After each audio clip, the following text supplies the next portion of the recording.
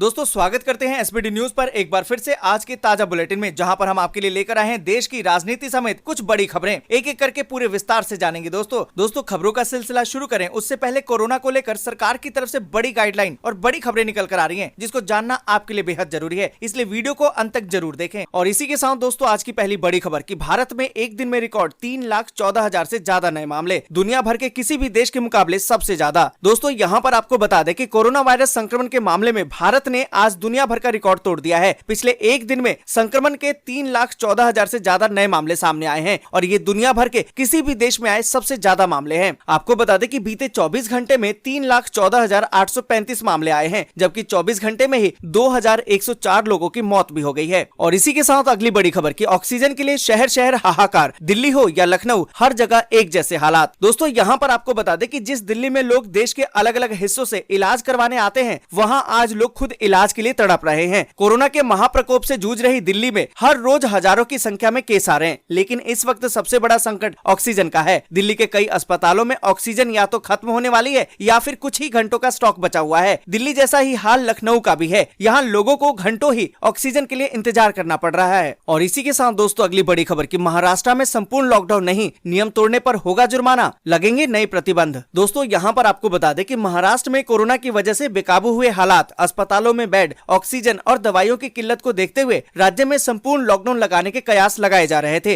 लेकिन महाराष्ट्र के सीएम उद्धव ठाकरे ने साफ कर दिया कि राज्य में पूर्ण लॉकडाउन नहीं लगेगा। लेकिन राज्य सरकार ने आज रात से 1 मई 2021 तक नए प्रतिबंध लगा दिए हैं। आपको बता दें कि महाराष्ट्र सरकार की नई गाइडलाइन के मुताबिक राज्य के सरकारी ऑफिस में अब सिर्फ 15% कर्मचारी ही आएंगे, बाकी कर्मचारी वर्क फ्रॉम होम करेंगे। इसके अलावा शादी जैसे समारोहों में भी मैक्सिमम 25 लोग ही शामिल हो सकेंगे। पहले 50 लोगों के शामिल होने की इजाजत थी। शादी समारोहों को आयोजित करने के लिए कुल 2 घंटे का समय दिया गया है। साथ ही इस नियम को तोड़ने पर 50,000 रुपए का जुर्माना भी देना होगा। और इसी के साथ दोस्तों अगली बड़ी खबर की ममता बनर्जी ने भाजपा पर बोला हमला, कहा कि गुंडों के हाथ में नहीं दे सकते बंगाल। दोस्तों यहाँ पर आपको बता दें कि पश्चिम बंगाल में छठे चरण का चुनाव जारी है। इस बीच दक्षिण दिनाजपुर में ममता बनर्जी ने रैली की और वहाँ मौजूदा लोगों को संबोधित भी किया। पश्चिम बंगाल के मुख्यमंत्री ममता बनर्जी ने रैली में कहा, मैं कोई खिलाड़ी नहीं हूँ, लेकिन खेल कैसे खेलते हैं मैं ये जानती हूँ। उन्होंने आगे कहा कि पहले लोकसभा में मैं सबसे बेहतरीन खिलाड़ी थी। और इसी के साथ दोस्तों अगली बड़ी खबर की तेजस्वी ने उतारी डॉक्टरों की फौज, संक्रमित मरीजों का मुफ्त करेंगे उपचार। दोस्तों यहाँ पर आपको बता दें कि बिहार में बेलगाम हो चुकी कोरोना संक्रमण की रफ्तार पर कंट्रोल करने की पूरी कोशिश की जा रही है। इसके लिए अब आरजेडी नेता तेजस्वी यादव ने डॉक्टरों की फौज उतार दी है। तेजस्वी ने अपनी पार्टी के चिकित्सा प्रकोष्ठ से जुड़े 13 डॉक्टरों को निर्देश दिया है कि वो महामारी के इस दौर में संक्रमित मरीजों का इलाज करें। और इसी के साथ दोस्तों अगली बड़ी खबर की चुनावी राज्य में कोरोना के सभी रिकॉर्ड टूटे, मोदी की नसीहत यहाँ नहीं आई काम। दोस्तों यहाँ पर आपको बता दें कि कोविड महामारी के प्रकोप के बीच पश्चिम बंगाल में विधानसभा चुनाव के लिए मतदान जारी है। वहीं इस चुनावी राज्य में कोरोना के नए मामलों में बेतहाशा बढ़ोतरी हो रही है। बुधवार को 10,784 नए मामलों की पुष्टि हुई है। यह एक दिन में आने वाला सबसे ज्यादा मामला है। और इसी के साथ अगली बड़ी खबर की ऑक्सीजन की किल्लत पर बोले केजरीवाल, हमें 700 टन की जरूरत, केंद्र ने 480 टन किया कोटा। दोस्तों यहाँ पर आपको बता दें कि दिल्ली के अलग अलग अस्पतालों में ऑक्सीजन की कमी है और हर जगह हाहाकार मचा हुआ है। इस बीच दिल्ली के मुख्यमंत्री अरविंद केजरीवाल ने गुरुवार को अपनी एक प्रेस कॉन्फ्रेंस में कहा कि केंद्र और हाई कोर्ट की तरफ से मदद मिली है, लेकिन अभी भी कई अस्पतालों में ऑक्सीजन की किल्लत है और कई जगह पर अफरा तफरी का माहौल बना हुआ है। और इसी के साथ दोस्तों अगली बड़ी खबर की मजदूरों का पलायन तेज, दिल्ली से यूपी बिहार के लिए चलेंगी स्पेशल ट्रेनें। दोस्तों यहाँ पर आपको बता दें कि भारतीय रेलवे के उत्तर रेलवे जोन की तरफ से जानकारी दी गई है कि राजधानी दिल्ली में लॉकडाउन लगने की वजह से प्रवासी मजदूरों की सहायता के लिए अगले 3 दिनों में नई दिल्ली से बिहार और उत्तर प्रदेश के लिए विशेष ट्रेनें चलाई जाएंगी। आपको बता दें कि 19 अप्रैल को दिल्ली में 6 दिन का लॉकडाउन की घोषणा की गई है। बड़ी संख्या में यात्री रेलवे स्टेशन पर जमा होने लगे। भारतीय रेलवे ने ऐसे यात्रियों की मदद के लिए ही विशेष ट्रेनों की घोषणा की है। दोस्तों आगे बढ़े उससे पहले वीडियो को लाइक और शेयर जरूर कर दे, क्योंकि आपका लाइक और शेयर ही हमारी मेहनत का फल होता है। और इसी के साथ दोस्तों अगली बड़ी खबर कि ऑक्सीजन के लिए शहर शहर हाहाकार, दिल्ली हो या लखनऊ हर जगह एक जैसे हालात। दोस्तों यहाँ पर आपको बता दें कि जिस दिल्ली में लोग देश के अलग अलग हिस्सों से इलाज करवाने आते हैं, वहाँ आज लोग खुद इलाज के लिए तड़प रहे हैं। कोरोना के महाप्रकोप से जूझ रही दिल्ली में हर रोज हजारों की संख्या में केस आ रहे हैं, लेकिन इस वक्त सबसे बड़ा संकट ऑक्सीजन का है। दिल्ली के कई अस्पतालों में ऑक्सीजन या तो खत्म होने की कगार पर है या फिर कुछ ही घंटों का स्टॉक बचा हुआ है। दिल्ली के जैसे ही हाल लखनऊ का भी है, जहां लोगों को घंटों ऑक्सीजन के लिए इंतजार करना पड़ रहा है। आपको बता दें कि दिल्ली के हालात इस वक्त ऐसे हो गए कि मैक्स अस्पताल को ऑक्सीजन की सप्लाई की मांग करने के लिए हाई कोर्ट का रुख करना पड़ा, जिसके बाद अदालत ने केंद्र सरकार को कड़ी फटकार लगाते हुए ऑक्सीजन सप्लाई के निर्देश दिए हैं। दोस्तों आपको बता दें कि देश की राजधानी दिल्ली की तरह ही लखनऊ में भी ऑक्सीजन का संकट देखने को मिला है। हालात ये हैं कि लखनऊ के टी.एस. मिश्रा अस्पताल में ऑक्सीजन की कमी होने के कारण आईसीयू में भर्ती कुछ मरीजों को केजीएमयू अस्पताल में शिफ्ट करना पड़ा है। करीबन 13 मरीज ऐसे थे जिनको शिफ्ट किया गया है। और इसी के साथ दोस्तों अगली बड़ी खबर कि महाराष्ट्र में संपूर्ण लॉकडाउन नहीं, नियम तोड़ने पर होगा जुर्माना, लगेंगे नई प्रतिबंध। दोस्तों यहाँ पर आपको बता दें कि महाराष्ट्र में कोरोना की वजह से बेकाबू हुए हालात, अस्पतालों में बेड, ऑक्सीजन और दवाइयों की किल्लत को देखते हुए राज्य में संपूर्ण लॉकडाउन लगाने के कयास लगाए जा रहे थे। लेकिन महाराष्ट्र के सीएम उद्धव ठाकरे ने साफ कर दिया है कि राज्य में पूर्ण लॉकडाउन नहीं होगा। लेकिन राज्य सरकार ने आज रात से ही 1 मई 2021 तक नए प्रतिबंध लगा दिए हैं। आपको बता दें कि महाराष्ट्र सरकार की नई गाइडलाइन के मुताबिक राज्य के सरकारी ऑफिस में अब सिर्फ 15% कर्मचारी आ पाएंगे, बाकी कर्मचारी वर्क फ्रॉम होम करेंगे। इसके अलावा शादी जैसे समारोह में मैक्सिमम 25 लोग ही शामिल हो सकेंगे, जहां पहले इसकी संख्या 50 थी। आपको बता दें कि अब सिर्फ शादी के लिए 2 घंटे का ही समय दिया गया है। साथ ही इस नियम को न मानने पर 50,000 रुपए का जुर्माना भी देना होगा।